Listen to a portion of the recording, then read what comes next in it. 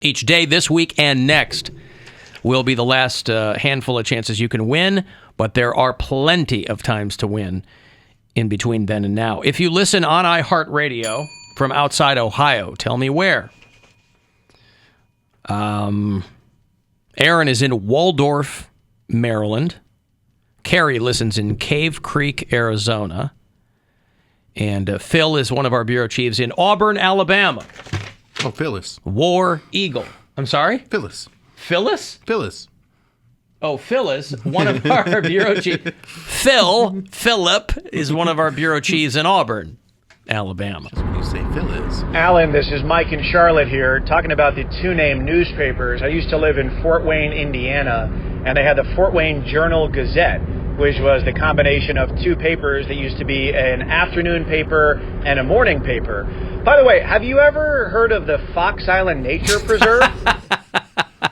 Oh, Mike, you son of a bitch. I think that's Mike Cousins who does Oh, yeah, like Mike. ESPN broadcasting down there in Charlotte, North Carolina. That's great. That's why he's got that radio broadcaster's voice. I have heard of the Fox Island Nature Preserve. It's so strange that you asked that. Have I ever told you, Bill, about the Fox Island Nature Preserve? Nope. In Fort Wayne, Indiana? Have not.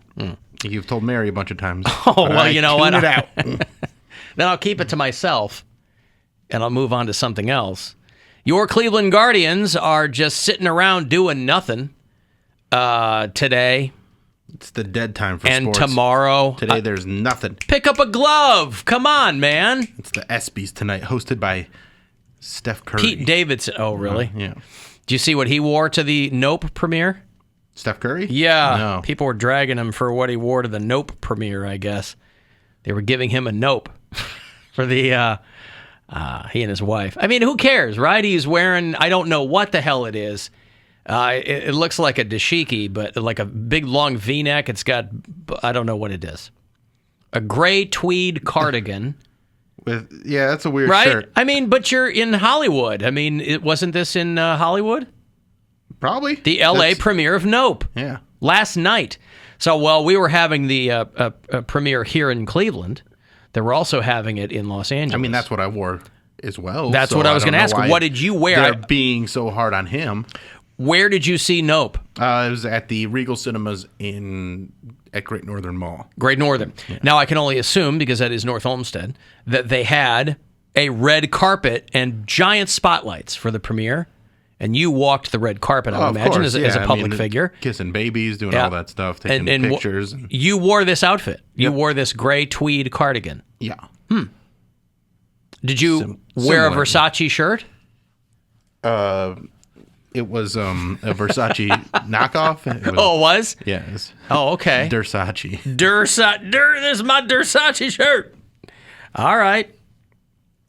Well, I figured you were more of a Balenciaga man yourself. Nah, oh, really? That's all hype over there. Okay. Yeah. Well, it is very pretentious. It can get very, very... I just don't like the stuff where they have to tell you what it is. Like, you should be able to wear... If it's as nice as it's supposed to be, then you don't have to write Balenciaga all I understand. Over it. People just know. Right. Like, what is it? Armenahildo Zenya? You wear Armenahildo Zenya? Oh, yeah. Never heard of that. Salvatore Ferragamo. You don't ever wear that? All right. You're not ungrailed or anything looking through there? Yeah, not much. I mean, right now I'm wearing a T-shirt from Duluth Trading Company. Duluth Trading Company.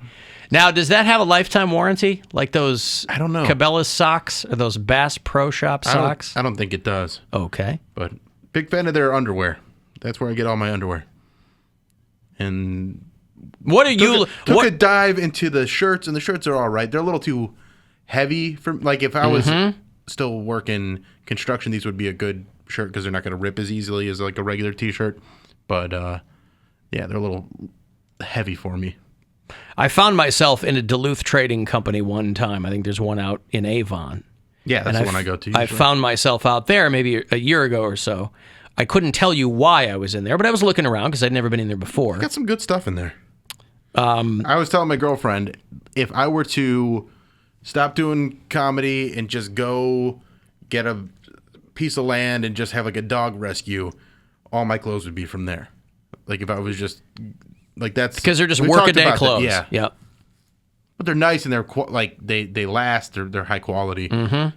I don't have to get clothes that are all that tough right now because I don't do that much. I understand. I did make a beeline over to the underwear wall because I think that's probably what I've seen most ads for and how great they are. But they seemed a little thick, a little workmanlike. They seemed like they might be a little. Got a lot to work with. You need something to keep it all together. Yeah, exactly. Okay, that's what you're looking for. Yeah. Okay. I like a good, sturdy underwear. I see. See, I'm kind of I get my underwear from a company called Culprit, and they have everything I need. But you do a boxer brief, right? I do a boxer brief. I like a boxer brief, a 6-inch too. boxer brief. That's right. A 6-inch? You measure it? Well, they come in 6 and 10, and you can get different length. I like the longer ones. Some people like the boxer brief that like goes to your knee. Mine goes. No. Mine goes to like my mid thigh, but I Mid-thigh. like it. Yeah, I like it to go. I don't want it to like because if I don't get it to my mid thigh, then it just keeps rolling up, and I might as well just be wearing briefs. There you go. Boxer briefs make me feel like a man. Like I don't know why. Well, you are a man. I'm saying it makes me feel like a man. Like I'm sure a bra would make me feel like a woman. But If you want to feel like a real man, you get those long johns with the flap on the back so you can take a dump. That is the manliest underwear you can wear. See, I think those should come standard with those long leg boxers because they feel kind of old timey. They should have a back flap in there. I wouldn't be mad about it. Yeah. You just got to button it up. like it just makes everything. It makes my thighs look like real tough and thick, and my butt protruding, and then it has a little spot for the package. I like a boxer brief. Well, that's how anybody shops for clothes, right? Like what makes what I want to look good. Bill's looking to get sucked in or whatever, and I'm more trying to keep stuff from. You're looking for toughness And comfort, and I think these are the most comfortable ones, and they last for a long time too. So even though they're $25 a pair, if you keep your eye open, you can get them for like I got a couple pairs for $14 last week because they have good sales all the time, and then they last for 2 or 3 years before I had to toss them, which is awesome. Poundcake, did you see MoNique finally got her Netflix special? Yeah, because she sued the crap out of them. Is that the way to get your special? Is you sue the company and they go, fine. Wheel gets the oil. Yeah, but that's Yeah, but did she get $20 million or whatever she No, wanted? she didn't say she wanted $20 million. She said she should have been offered more than $500,000 is what she received. And then on top of that, they were asking her, because I see your face already, they were asking her not to tour for 2 years. And she's like, that doesn't even make sense. Why would not tour that material.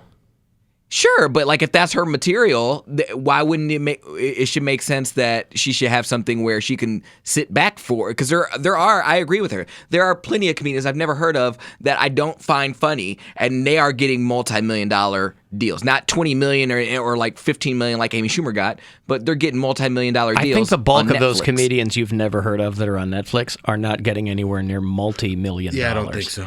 You have a handful. But MoNique is not one of those people. She has a long What I'm career. saying is you never want to sue your way into a gig. Well, at this Hey, point, it she has nothing to lose because It's like people who she work was blackballed. people who work in radio, and they'll sue for age discrimination. They'll sue their radio station, and some of them win. But you better win a lot of money because you're never going to work again. Yeah, everyone's gonna No be one's afraid. ever going to hire. Now, radio's different than stand-up, obviously. I mean, you're kind of your own boss in stand-up. But, man, you have a lawsuit against Netflix, and they finally go, fine, we'll give you an hour. I mean, I don't know if that's the way to get it. Well, again, she is at the point where she has nothing to lose. She has been doing stand-up, like off the grid. Like she hasn't had any specials. She's just been going to comedy clubs. No, here but and there. clearly it meant enough to her where she publicly bitched about it for years. So it's not like she didn't care. She very much cared that she didn't have an hour on Netflix. Yeah, but I don't think it. And again, I don't think she's getting, maybe not even multi-millions. She was suing for the principle of the fact that, she felt that she discriminated against. Because she's like, I've been in this game for how long? I understand the Right, but- reasons. What I'm saying is you sue the company, and then they go, okay, as part of the settlement, we'll give you a special. Yeah. But it's an offer though. That's where you negotiate with them and go, okay, if you can't pay this, then I'll walk in and go somewhere else. And if nobody wants to, you're only worth what they're going to pay for you. I understand. So how is it discrimination if they aren't willing to pay for it because they won't pay for it if it's not going to give them the return that they want. Well, you would have to listen to her tell the story because she was saying because of that blackball that she has over her head, she said, I can't just go somewhere else. She they purposely... Go to YouTube like everybody else is doing, including me. That's what Bill Squire's going to do. September 2nd and 3rd at the Funny Stop. The new album, the new special is going to be on YouTube. I don't know if she wants to do that because you have to ask her. But what she was saying is because of that blackball, she can't go to Showtime. She can't go to HBO. She can't What go blackball? She got blackballed because she said that she didn't play the Hollywood game, as in Tyler Perry, Oprah Winfrey, and Lee Daniels. It's always against her. It's always people who aren't getting the money they think they should get, who say they're not playing the Hollywood game. They're desperately trying to play the Hollywood game, and no one will pay them. It's not that they're apart and above everything else. She's a professional performer. She's in the game. She's performing. She still does movies. Not really. She's got a movie coming out with Lee Daniels. That guy's no slouch. So she's got a movie. Up. Huh? I said they made up. Whatever. I'm just saying, people who go, I wasn't going to play the Hollywood game because they wouldn't give me $40 million. Well, of course, everybody wishes they could have $40 million. Right. And MoNique she's been doing it a long time. She has a very nice body of work, but she was never anywhere near the level of Chappelle or Chris Rock. See, I don't believe Amy that. Schumer. I don't believe that she was. If you're not good, funny. but if you're good, it doesn't matter. It's how many eyeballs you're going to get. No, it matters the type of audience you have. MoNique was big in the urban clubs. Right. MoNique was huge in the urban clubs, and she would do the But Queens that's of the Comedy thing. and sell it out. But she was doing clubs. Every time MoNique was coming to Cleveland, she was working a club. not a theater. Not a theater, not an arena. Chappelle, arena. Amy Schumer, arena. Chris Rock, multiple shows at Playhouse Square. So even though she does have a large audience, it's not the same as those three. And it's not.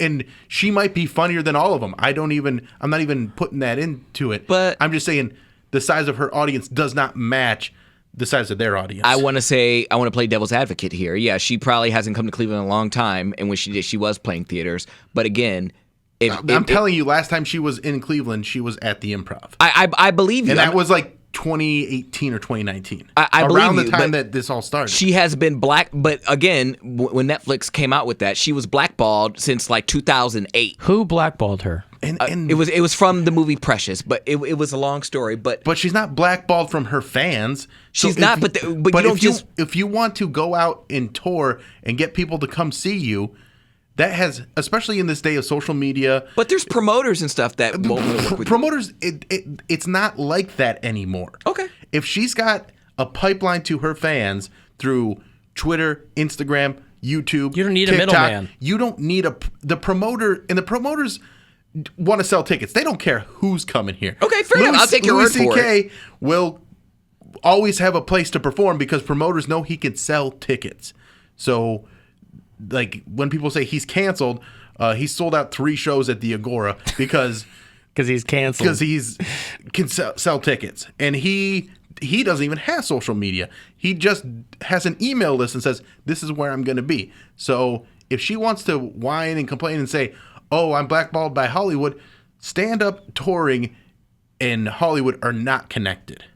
Okay. I would take your word for it, coming from a touring comedian, but it's just, I can believe that because she is loud and she is opinionated, people automatically take her as... Yeah, because there's nobody loud and opinionated in Hollywood. There's no Hollywood blackball anymore. It's not the 50s. And boy, there's nobody... People really hate a loud, opinionated person. Most people will see them and be like, I would never want to go see or support someone that's just loud and opinionated. No, but if you stand up for yourself, and because I feel like most that. No, they don't. Not managers and agents, because they're not working for you. You don't need the managers and agents. Just want to get paid.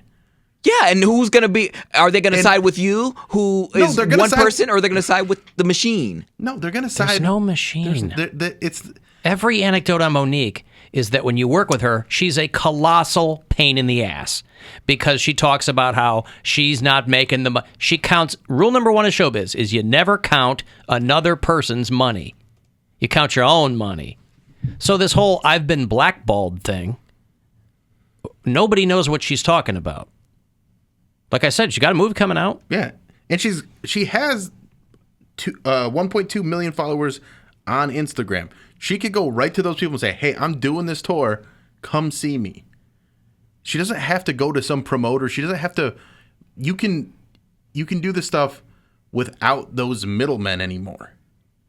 Okay. And she could have people, if someone doesn't like the way she does things, fire them, hire somebody that will do what you ask. She does. She hired her husband as her manager. She's always a good move.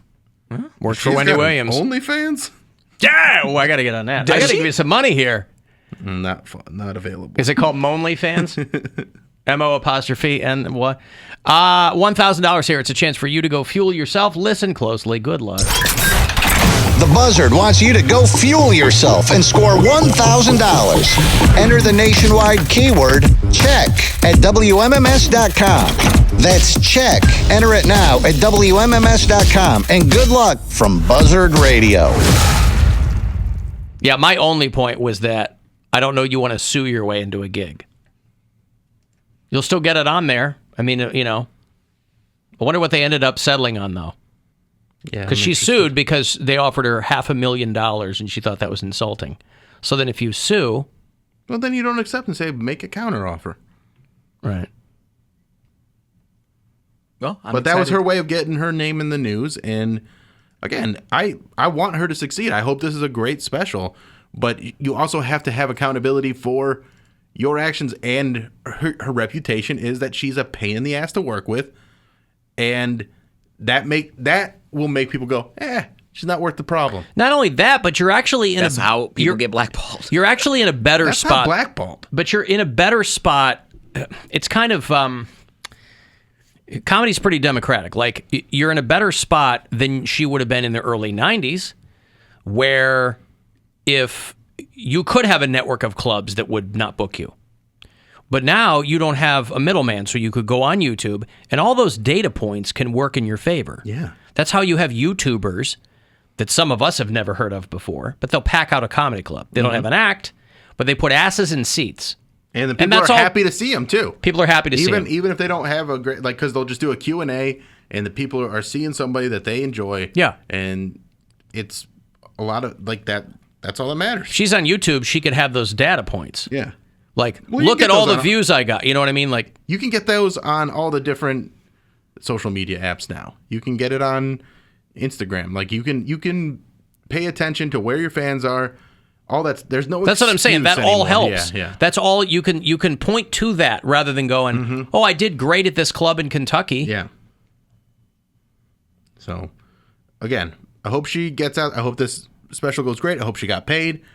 Again, she is definitely a legend when it comes to comedy, but I think she complains a lot about things that are like you say she's blackballed. I don't think it's blackballed if people say, well, I don't feel like working with you because you treat me bad. I also think that she should have had a conversation with, she's right on one thing. She should have had a conversation with Halle Berry and Cuba Gooding Jr. about what happens after you win an Oscar and how different that is for black performers than for white performers in Hollywood. Because even Halle Berry was like, I thought the world was going to open up for me because she won an Oscar, the biggest award in the movie-making industry. MoNique won an Oscar for Precious. And she's not wrong to think that things were really going to open up for her. And Halle Berry is a bigger draw on screen than MoNique. And Halle Berry is like, yeah, things did not go the way I thought they were going to go after I won an Oscar. And why is Cuba that? Gooding, because it has traditionally been a very different experience for black performers than for white ones post-Oscar. Denzel? I don't know. I mean, I don't know. Because I know there's only a handful. Cuba Gooding Jr. Sidney went from Poitier. Jerry Maguire to making Boat Trip and Snow yeah. Dogs. I mean, these guys work, but I mean, I think you can look at a lot of Oscar winners and see that their career didn't continue because it's hard to keep making those movies that are in winning those. It almost works better. It's kind of like a shooting star. If you're win. nominated a bunch of times versus winning it. Because, I mean, look at Helen Hunt. She won for As Good as It Gets, and then she did Pay It Forward, and then she wasn't really even in movies after like the year Meanwhile, 20. She won for As Good as It Gets? I believe she did. Oh, I didn't know that. I don't remember that. I think she won. Meanwhile, Angela Bassett, she was up for nomination for What's Love Got to Do with It, and some no name. I mean, she has a name, but I don't know who won against her. Someone else won, and Angela Bassett is just like an American treasure. I can't believe she doesn't have an Oscar or anything yet. But I love seeing her and stuff. I will go to movies specifically to see her. She's like one of the most fine black actresses we have. I guess she just needs to get her groove back. And you also have to look at someone like MoNique, where she's not always going to be a leading lady. So you have a story like Precious where she fits that role perfectly. But there's not going to be a ton of movies where they're going to go, oh, we need a large black woman to be the centerpiece of this movie. Get me a large black woman. I need a centerpiece for this movie. And the Oscar goes to Helen Hunt, As Good as It Gets. She beat Kate Winslet in Titanic for that. Well, what did That was Kate Winslet 1998. really even do? Huh? Titanic shouldn't even won an Oscar. That movie sucked. This is when Helen Hunt, by the way, was still with Hank Azaria. They dated for like 10 years and then got married and got divorced in 9 months. And then what did she do after that? Helen Hunt? Yeah. I mean, I remember she was in the Pay It Forward movie. Don't know. With Haley Joel Osment. Also, a kid who was nominated for an Oscar. And then where did his career go after that? He's just a short, chubby dude that makes cameos. Did Helen Hunt marry Ellen DeGeneres? She did not. That was Anne Heche. Oh, okay. I don't know why I thought it was. Helen Hunt actually was in it was a movie that they shot here in Cleveland a couple years ago called I See You. And it's super creepy. Helen Hunt's in it. It's really good. I don't know if she directed it. No, she didn't direct it. But it was better than it should have been. Real good. Helen Hunt still makes movies. You see her in things. She's in some I just saw her pop up in some television show where she's like a gay kid's mom or something, you know. But I mean, from what she was in, what year was that? 97? 98, yeah. 98. Okay. From 98, Helen Hunt, like, people talked about her constantly. She's in Twister. In Twister. Yeah, I love Twister. Yep. I love Twister. That should have won an Oscar. But I feel like after the year 2000, I don't know if she like took a break and wanted to kind of fade away a little bit, but she wasn't nearly as prominent. I got a break. You want to text for something, 35192, AlanCoxShow.com if you want to watch, and you can listen anywhere on the iHeartRadio app. The